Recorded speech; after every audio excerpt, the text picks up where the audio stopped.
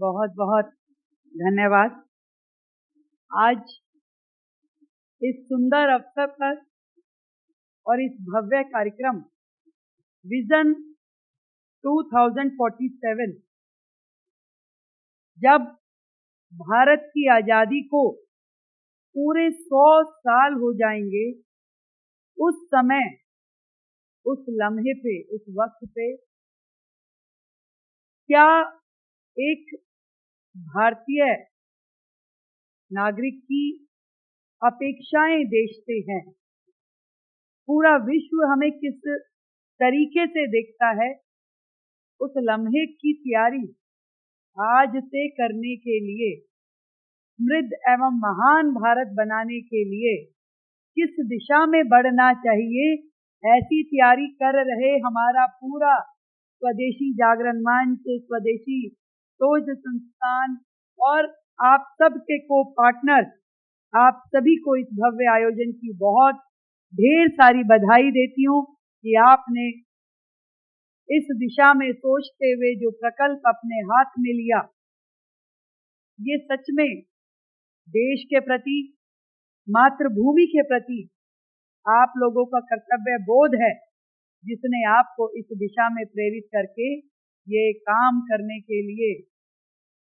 मार्गदर्शन दिखाया कि पूरे देश में एक इस तरह की कॉन्फ्रेंस आयोजित करना, जहां देश के हर हिस्से की यूनिवर्सिटीज, आपके अलग अलग रिसर्च स्कॉलर्स, बहुत सारी यूनिवर्सिटीज के एकेडमिक फैकल्टीज यहाँ पर आई हैं, आपके vice chancellor, chairman, professor, students, ऐसे सभी देश भर से आए हुए डेलीगेट्स को भी मैं बहुत अभिनंदन करती हूँ कि एक समग्र भारत की क्या प्रतिमूर्ति हो, इस दिशा में आज से आप एक कुम्हार की भूमिका में जो काम करना शुरू हुए हैं, ये हम सब के लिए बहुत ही बधाई का विषय।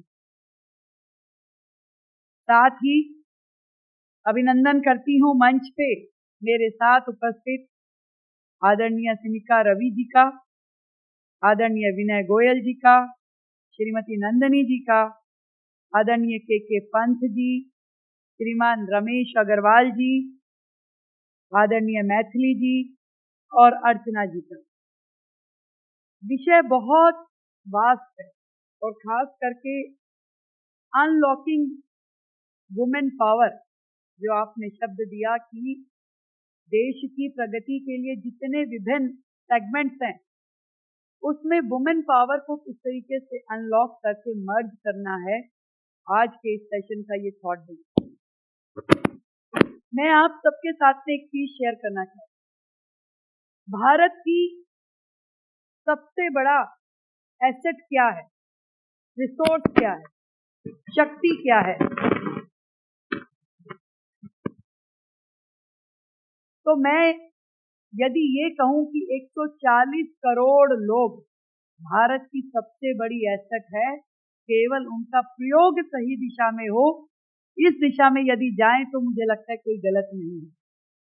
और जब 140 करोड़ लोगों की बात करें और उसमें से देश की आधी आबादी को एक साइड रख दिया जाए कि भाई आपका काम तो केवल घर गृहस्थी और परिवार चलाना है और बाकी 70 करोड़ को हम उपयोग करें, तो ये कहां तक है? इससे तो देश की प्रगति नहीं होगी।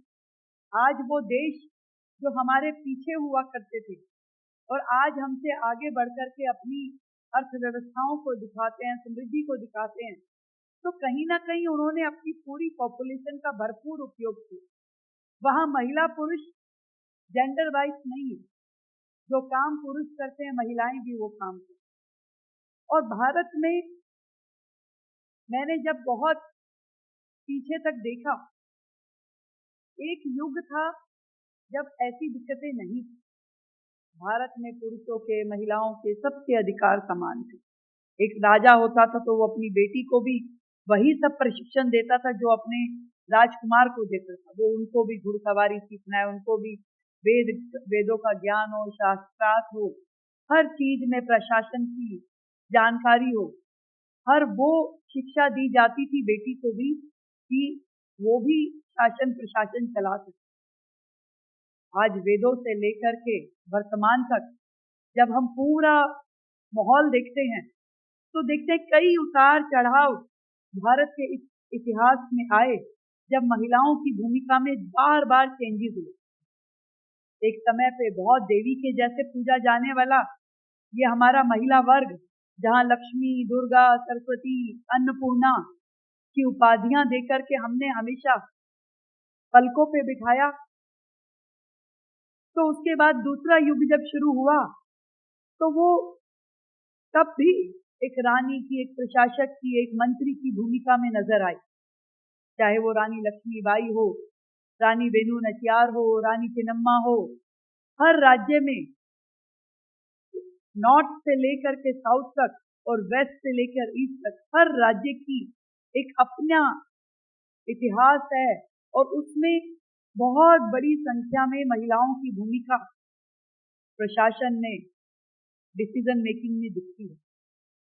मैं अभी पीछे लोक माता अहिल्याबाई होलकर जी की जन्म शताब्दी वर्ष के कार्यक्रम में पहुंची, तो किसी भी एक महिला का जो हमारे देश के इतिहास से जुड़ी है, उनका जीवन जब हम उठा के देखते हैं तो कहीं हमें ऐसा महसूस नहीं होता कि हमारे इतिहास में, हमारे पूर्वाध में महिलाओं के लिए कभी डिफरेंशिएशन किया गया। शायद बीच का एक समय ऐसा आया जब आक्रांताओं ने भारत पे हमले किए और दुर्व्यवहार होना शुरू हुआ बहन बेटियों के साथ, तो समाज की सोच में रूढ़िवादिता आती है। घर में रखो, बंद रखो, शिक्षा मत कराओ, बाल विवाह कर दो, सती प्रथा कर दो, पर्दा प्रथा आ जाए। ये सब कहीं ना कहीं वो विचार थे जो घर की बहन बेटी को सुरक्षित रखने के लिए समाज ने उस समय लिए होंगे।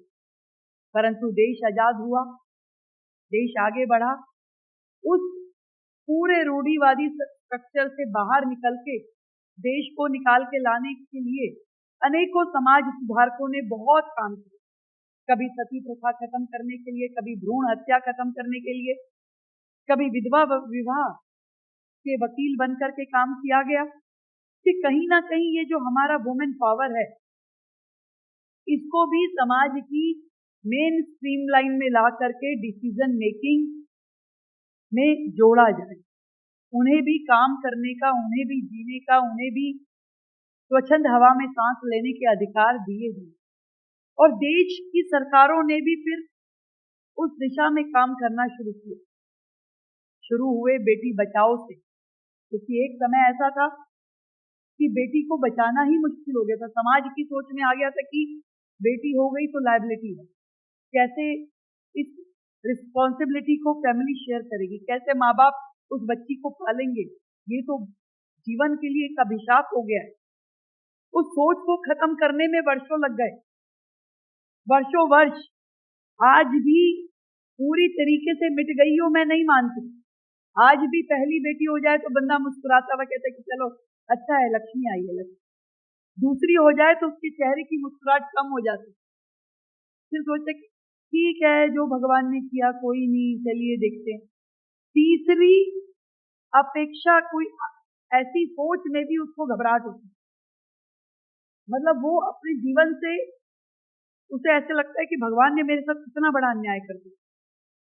3 बेटे हो जाए तो किसी को बुरा नहीं लगता, तीसरी बेटी आ जाए, दूसरी बेटी आ जाए तो हर परिवार की चिंता का विषय बन जाता है। तो ये अभी भी समाज में विद्यमान है, इसको भी मिटाने की आवश्यकता है, इसको भी खत्म करने की आवश्यकता है। ये मजबूरी नहीं होना चाहिए कि सरकारों ने टेस्टिंग्स पे रोक लगा दी, भ्रूण हत्या पे रोक लगा दी तो मजबूरी है समाज की, नहीं। ये हमारी सोच में होना चाहिए कि बेटा हो या बेटी वो बराबर है, उनको समान अधिकार देना, समान आगे बढ़ने के मौके देना। ये परिवार से शुरू होकर के समाज और समाज से शुरू होकर के सरकारों की रिस्पॉन्सिबिलिटी कि कैसे हम अपनी इस पूरी वर्किंग पॉपुलेशन को समान मौके दें। तो बेटी बचाओ के बाद में हमने बेटी पढ़ाओ की दिशा में अग्रसर हुई सरकार, बहुत अच्छे से कैसे बेटियों को शिक्षा के उत्तम समाधान मिले, मौके मिले, इसके लिए सरकारों ने काम किया। और उसके बाद एक और नया युग शुरू हुआ, बेटी बचाओ बेटी पढ़ाओ, अब बेटी को बढ़ाओ। बेटी बढ़ाने का ये युग जो अब शुरू हुआ 2014, नरेंद्र मोदी जी जब प्रधानमंत्री बन के आए, जब उन्होंने लाल किले की प्राचीर से खड़े होकर के उस समस्या को उजागर किया जो हम सब की सोच में भी नहीं था कि शौचालय होने चाहिए। किसके लिए? किसके लिए? देश की उन हजारों लाखों करोड़ों बेटियों के लिए कि भारत एक ऐसा देश जहां ओपन डेफिकेशन, लोगों को ये ध्यान ही नहीं था कि कितनी बड़ी शर्म की बात है। पूरे विश्व में एक देश जहां ओपन डेफिकेशन होता होगा वो भारत ही था। जीरो से शुरू किया नरेंद्र मोदी जी ने। और धुरी कौन थी? एक बहन, एक महिला। देश की बेटी को वो माहौल मिले जो सुरक्षित हो, जो सम्मानजनक हो, जो उसको आगे बढ़ने के लिए रास्ता दे। और जरूरत पहली क्या? एक शौचालय, जो कभी किसी सरकार ने सोचा नहीं था, कभी उस पर काम नहीं किया था। देखिए, मैं उस दिन को, उस साल को महिलाओं की प्रगति का एक माइलस्टोन मानती हूँ कि जब देश का प्रधानमंत्री चिंता कर रहा था कि मेरे देश की बेटी को शौचालय की सुविधा होगी, वो खुले में शौच जाने के लिए मजबूर नहीं होगी। फिर जब उनकी हर योजना में, केंद्र सरकार की हर योजना की धुरी महिला ही बनी। आज उज्ज्वला देखिए, हर घर नल जल, ये योजना देखिए, हर योजना की धुरी महिला है कि कैसे एक घर की गृहिणी को संबल दिया जाए, उसको एम्पावर किया जाए, ना केवल स्वास्थ्य की दृष्टि से, ना केवल शिक्षा की दृष्टि से, बल्कि इकोनॉमिकली भी वो आगे बढ़े। हजारों घंटे देश के महिला पावर के जब पेड़ की लकड़ी काट के लाना और चूल्हा जलाना और उस चूल्हे के धुएं में खुद को जलाने में लग जाते थे, जब उसकी आंखें, उसके फेफड़े खराब हो जाते थे, तो कोई सोचने वाला नहीं था, कोई चिंता नहीं कर रहा था उसकी। सरकार ने इनिशिएटिव लिया, उज्ज्वला लाए, गैस सिलेंडर दिया। पोषण की बात अब से पहले कब सरकारों ने की थी भाई? कि आज अमीर से अमीर घर की महिला भी, मैं शर्त लगा के कह सकती हूँ, माफ कीजिएगा सुनीता जी मुझे, आप सबका भी अगर टेस्टिंग हो जाए तो आप में भी विटामिन की कमी मिलेगी, इनमें भी सब में मिलेंगी, ये जो अच्छा अच्छा तैयार होके आई, आयरन, हीमोग्लोबिन, ना ना ना, अब एक दो हो तो अच्छी बात है, यू आर आइडियल, पर 98% महिलाओं की मैं बता सकती हूँ विटामिन डेफिशिएंसी आज भी भारत देश में है। कौन ध्यान देगा भाई? वुमेन पावर का अनलॉक बात करने की बात हम करें तो उसकी ओवरऑल डेवलपमेंट की बात, उसको ओवरऑल उसकी हेल्थ, उसकी एजुकेशन, उसके लिए हर सुविधा की बात करनी पड़ेगी। उसको इतना संबल देना पड़ेगा, इतनी ताकत देनी पड़ेगी कि आप हमारे लिए कितनी महत्वपूर्ण है। और ये काम हमारे संगठनों का भी है, सरकारों का भी है और समाज का भी है। आज यदि मंच पे बैठी हुई मेरी सम्मानित बहनें अपनी अपनी फील्ड की एक्सपर्ट है, इस मुकाम तक उनको पहुंचने का मौका मिला, तो उसमें इनके परिवार की भूमिका, समाज की भूमिका, हर एक क्या रोल थे। कहीं माँ ने साथ दिया होगा तो कहीं पिता ने दिया होगा, कहीं दोनों ने मना किया होगा तो कहीं दोनों साथ खड़े होंगे। ये हर घर की कहानी है। वो मुख्यमंत्री के परिवार की भी यही कहानी है और यहाँ बैठे हुए सब बहनों की भी यही कहानी है। और इस बात में भी कोई दो राय नहीं है। आज हम भी इस स्थिति में आ गए हैं, पर हम जब अपनी बेटी के लिए सोचते हैं तो दो बार दिमाग लगाना पड़ता है कि मेरी बेटी को मुझे कैसा माहौल देना। उतने स्वच्छंद विचारों का आप भी भारत नहीं हुआ, परंतु सच में आवश्यकता है।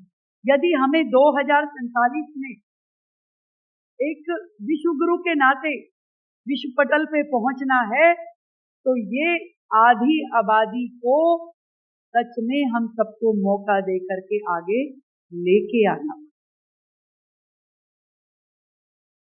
आगे बढ़ाना पड़ेगा और उनके जीवन के हर पहलू पे, उनकी समस्याओं पे, उनके समाधानों पे काम करना पड़ेगा। आज यदि देश के हर सेक्टर में महिलाएं आगे बढ़कर के काम कर रही हैं, तो इसमें सरकारों का जितना बड़ा रोल है, उतना ही बड़ा रोल समाज का और अन्य संगठनों का भी है। आज की ये कॉन्फ्रेंस कहीं ना कहीं इस बात का द्योतक है कि समाज को आगे आना पड़ेगा। अनलॉकिंग ऑफ वुमेन पावर कोई एक चाबी नहीं है कि एक चाबी घुमाएंगे तो हो जाएगा। जब लॉकर पे जाते हैं तो कितनी चाबियां लगती हैं। पहले एक बैंक चाबी लगाता है, फिर दूसरी चाबी ग्राहक लगाता है, और जहां पे एक्स्ट्रा सिक्योरिटी होती है तो तीसरी चाबी भी लगती है, फिर एक मास्टर की होती है। ये सारी चाबियां लगने के बाद ही आप ये मानिए कि ये जो पावर बैंक है ये तभी अनलॉक होगा और सोसाइटी में, देश की प्रगति में ये इतनी बड़ी एनर्जी, ये इतनी बड़ी पावर जनरेट हो पाएगी।